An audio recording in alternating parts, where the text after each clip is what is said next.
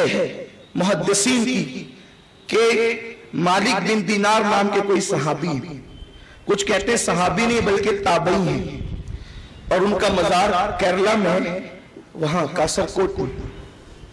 اگر وہ صحابی ہیں تو ہم مانتے ہیں، تابعی ہیں تو ہی مانتے ہیں، ہم تحقیق میں الجھتے نہیں۔ تو وہ مالک بن دینار، یہ یہاں بھی نام حذف کیا جاتا ہے، خدا جانے کیوں نام اور کس وجہ سے حذف کیا گیا۔ میں کسی کی نیت پہ شک نہیں کرتا، لیکن ممکن ہے کہ پہلے سے کسی حکمت کے تحت جو وہ نام حذف کیا گیا ہوگا۔ حضرت مالک الدینار ایک جنگل سے گزر رہے ہیں، دیکھا کہ ایک چھوٹا سا بچہ ہے، وہ بچہ لکڑیاں چنتا ہے، روتا ہے، لیکن اس کی پیشانی چمک رہی ہے۔ دور سے مالک الدینار نے دیکھا اور دیکھنے کے بعد سوچا کہ اس بچے کو سلام کرنا چاہیے، یہ بچے کو سلام کرنا چاہیے۔ پھر دل میں خیال ہے بچہ ہی تو ہے، کیا سلام کریں؟ تو چلتے چلتے گزر گئے۔ جب گزر گئے پھر دور پہنچے تو خیال آیا کہ جب حضور علیہ السلام بچوں کو سلام کرتے تھے، میں تو صحابی یا تو تابعی جو بھی ہے، تو میں کیوں نہ سلام کروں؟ جب میرے آقا سلام کرتے تھے تو میں کیوں سلام نہ کروں؟ مالک الدینار واپس آئے، اس سے پہلے اس بچے کو کبھی نہیں دیکھا تھا۔ وہ بچہ مدینہ منورہ کے جنگلوں میں تھا، لکڑیاں چن رہا تھا۔ جب واپس پلٹ کر کے آئے تو اس وقت کا السلام علیکم، تو اس بچے نے جو رو رہا تھا اور لکڑیاں چن رہا تھا، اس نے سر اٹھا کر کے دیکھا کہ وعلیکم السلام یا مالک الدینار۔ یہ بچپنا ہے، علی کا گھر بھی وہ گھر ہے کہ اس گھر کا ہر ایک بچہ جہاں پیدا ہوا شیر خدا معلوم ہوتا ہے۔ وعلیکم السلام یا مالک الدینار۔ مالک بن دینار نے کہا کہ بچے تیری میری تو پہلی بار ملاقات ہے، اور تو جو ہے وہ میرا نام بھی جانتا ہے، اور صرف نام ہی نہیں میرے باپ کا نام بھی جانتا ہے۔ تو کہا کہ ہاں جانتا ہوں، اس لیے کہ میری اور تیری روح عالم ارواح میں بالکل آگے پیچھے تھی، تم مجھے بھول گئے ہو، میں نے تمہیں یاد رکھا ہے۔ کہا بچے تو بڑا دانشمند ہے، دانشمند کیوں نہ ہو جس کا خاندان باب مدینۃ العلم کا خاندان، تو بڑا دانشمند ہے، دانشور ہے تو، لیکن تجھ پہ ظلم کیا ہے تیرے ماں باپ نے کہ تجھے بچپنے میں لکڑیاں چننے جنگل میں بھیج دیا۔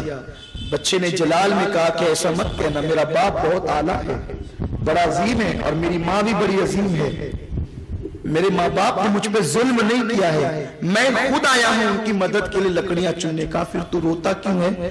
کہ رونا اس پر ہے کہ میری ماں جب لکڑیاں چولہے میں ڈالتی ہے تو بڑی لکڑیاں نہیں جلتی، تو چھوٹی چھوٹی لکڑیاں ڈال کر کے آگ سلگاتی ہے، تو مجھے ڈر لگتا ہے کہ جب تم جیسے بڑوں کو جہنم میں ڈالا جائے گا اور آگ بھڑکائی جائے گی، تو بڑوں کو آگ بھڑکانے کے لیے کہیں ہم جیسے چھوٹوں کو بھی تو نہ ڈال دیا جائے۔ مالک الدینار کی آنکھ میں آنسو آ گئے۔ کہا بچے تو بہت زیادہ دانشمندی کی بات کرتا ہے، یہ بتا مجھے تجھ سے کچھ سوال پوچھنے ہیں۔ اس میں سے ایک سوال یہ جس کا جواب مجھے کہیں نہیں ملا کہ نفس اور دل میں فرق کیا ہے، دل کسے کہتے ہیں اور نفس کسے کہتے ہیں؟ آپ کہتے ہیں نا ایک دل کہتا ہے پکچر میں جاؤں، ایک دل کہتا ہے نہیں جاؤں، دوسرا دل نہیں ہے، دل ایک ہی ہے۔ ایک دل کہتا ہے کسی سے لڑوں، دوسرا دل کہتا ہے نہ لڑوں، تو دل ایک ہی ہے، تو دوسرا دل کہاں سے آیا؟ تو ایک دل ہے، ایک نفس ہے۔ اب یہ معلوم کرنا ہے کہ دل کیا ہے اور نفس کیا ہے۔ دل کبھی انسان کو برائی کا حکم نہیں دے سکتا، برائی کا حکم ہمیشہ انسان کو نفس دیتا ہے۔ تو مالک اور جو اپنے نفس کو پہچان لے، من عرف نفسا فقط عرف ربا، جس نے اپنے نفس کو پہچان لیا اس نے اللہ کو پہچان لیا۔ نفس کی معرفت خدا کی معرفت۔ اسی کو انہوں نے پوچھا کہ نفس اور دل میں، قلب میں فرق کیا ہے؟ مجھے بہت ڈھونڈا، میں بہتوں کے پاس پہنچا، لیکن مجھے کسی نے جواب نہیں دیا، اس لیے کہ سب جواب کے لیے سارے زبانیں تو نہیں ہوتی۔ جس کیٹیگری کے سوال ہوتے ہیں ویسے ڈگری والا جواب مجیب ہوتا ہے نا، جواب دینے والا ویسا ہی ہوتا ہے. لیکن حیرت کی بات ہے جن کے بال سفید ہو گئے کتاب پڑھنے پڑھانے میں وہ جواب نہ دے سکے، لیکن جو جنگلوں میں چیلیاں چن رہا ہے علی کا لال، آپ دیکھیں اس کے پاس مالک الدینار کہتے ہیں قلب اور نفس میں فرق کیا ہے. اب جواب سنیں. ساری کتابیں اب یہاں پر اللہ اکبر جھک کر کے گویا کہ سلامی دے رہی ہے، علم خراج پیش کر رہا ہے. کتاب کی کوئی دلیل نہیں، بات اتنی مضبوط کی کہ مالک ابن دینار ڈھیر ہو گئے. قلب اور نفس میں فرق کیا؟ کہا مالک تمہیں خیال آیا تھا نا کہ اس بچے کو سلام کرنا چاہیے، تمہیں خیال آیا تھا نا اس بچے کو سلام کرنا چاہیے. پھر خیال آیا تھا کہ بچہ ہی تو ہے کیا سلام کروں، یہ کہہ کے تم سوچ کے آگے چلے گئے تھے. پھر خیال آیا جب حضور بچوں کو سلام کرتے تھے تو میں غلاموں کے کیوں نہ کروں. کہ سن، جو تیرے ذہن میں خیال آیا تھا کہ بچے کو سلام کرنا چاہیے وہ تیرا دل تھا، وہ تیرے دل کی آواز تھی کہ بچے کو سلام کرنا چاہیے. لیکن پھر یہ کہ بچہ ہی تو ہے کیا سلام کرے، یہ تیرے نفس کی آواز تھی. اور پھر جب تو آگے بڑھ گیا یہ تیرا نفس لے گیا. پھر جب خیال آیا کہ جب حضور سلام کرتے تھے بچوں کو میں تو غلام ہوں، جو تم پلٹ کر کے آئے ہو وہ تمہارا دل کھینچ لایا ہے.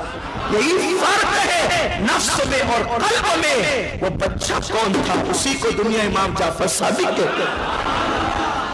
امام جعفر صادق ہے وہ جس نے بچپنے میں بڑے بڑے تابعین کو علم کے جو ہے وہ سوتے عطا فرمائے، چشمے بہائے ہیں علم کے. آپ بتائیں جس کا بچپنے میں یہ عالم ہو اس کا عالم شباب میں عالم کیا ہوگا. یہ امام جعفر صادق علی جدہ والہ السلام. امام جعفر صادق قرآن کی تفسیر جس طرح کرتے ہیں اور تابعین یا تبع تابعین میں اس شان کے لوگ نظر نہیں آتے. آپ کی بڑی شان تھی لیکن آپ کا جو دور تھا عباسی بادشاہوں کا دور تھا، انہیں آپ عباسی خلفاء بھی کہتے ہیں. تو منصور جو تھا، منصور کو امام صاحب سے بڑا حسد تھا، اس لیے کہ وہ بادشاہت کے تخت پہ بیٹھ کر بھی لوگوں کے دل نہ جیت سکا. اور امام جعفر صادق رضی اللہ تعالیٰ سے لوگ بڑی محبت کرتے تھے، اس لیے کہ اس زمانے میں ایمان لوگوں کے دلوں میں راسخ تھا.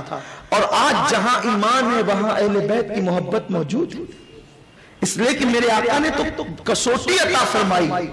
اگر کسی کے ایمان کو جانچنا ہے تو یہ دیکھو کہ یہ اہل بیت سے محبت کتنی کرتا ہے. وہ جتنی اہل بیت کی محبت میں ڈوبا ہوگا اس کا ایمان اتنا مضبوط ہوگا. اور جہاں اہل بیت سے عداوت ہوگی پھر وہ کوئی ہو، صحابی کا بیٹا بھی ہو ترم خان، پھر دنیا اسے قبول نہیں کرتی، قبر کا نشان بھی نہیں ہوتا پھر تو. اور یزید کو دنیا جوتے کی، لوگ کہتے ہیں جوتے کی نوک پہ رکھا، میں کہتا ہوں جوتے کی نوک پہ بھی نہیں رکھا لوگوں نے، وہاں بھی جگہ نہ ملی، پناہ نہ ملی. تو منصور کے دل میں امام صاحب کی عداوت تھی. عداوت کی وجہ یہ تھی، بڑی وجوہات تھی. ایک تو حسن تھا، علم تھا، اور دوسری سب سے بڑی چیز اعلیٰ نسبی تھی. ویسے منصور بھی کوئی ادنا نہیں تھا لیکن جو یہاں تھا وہ وہاں نہیں تھا، کیونکہ دنیا میں سب سے اعلیٰ نسب میرے رسول صلی اللہ علیہ وسلم کا ہے. اور پھر جس نسب کو حضور نے اپنی بیٹی فاطمہ سے اعلان کر دیا پھر وہ سب سے اعلیٰ نسب ہے. بلکہ فرماتے قیامت میں سارے نسب و سبب ٹوٹ جائیں گے، سب ٹوٹ جائیں گے سوائے میرے نسب کے. اور وہ کون سا نسب؟ اللہ اکبر. سارے انساب میں سب سے بڑھ کر سیدہ فاطمہ کا نسب، وہ جو ان کے ذریعے سے. اسی لیے تو عمر ابن خطاب جیسا صحابی